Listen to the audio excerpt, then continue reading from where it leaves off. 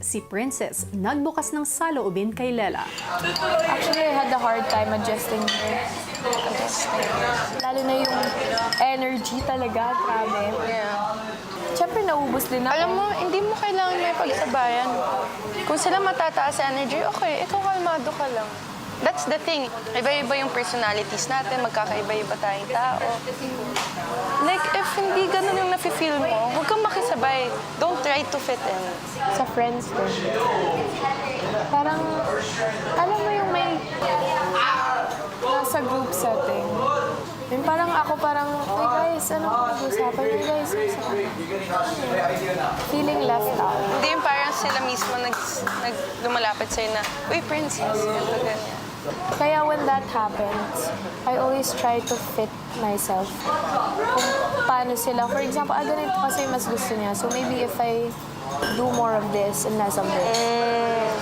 I think you just need to be yourself. Yun na nga. That's what Kasi you're trying to fit in eh. And dun pa lang, mali na eh. If magsa-start ka ng friendship, una pa lang mali na eh. Nag-start na sa mali. Alam mo, if you be yourself, kusa sila lalapit sa'yo. Siguro yun yung isa sa crisis ko ngayon. Yeah. Yun yung first step mo. Magpakatotoo ka. Tignan mo kung sino yung lalapit sa'yo. Tignan mo kung sino yung tatanggapin ka talaga ng buo. Masyado na mahirap yung buhay eh. Hindi mo na kailangan ng taong mas magpapahirap pa. You just need someone na pampagaan lang. Which is a friend. A really good friend. And ako, honestly, you deserve that. Everyone deserves that. I feel so good. Thank you. Thank you, Lela. Welcome. Basta, I needed that pep talk. yup.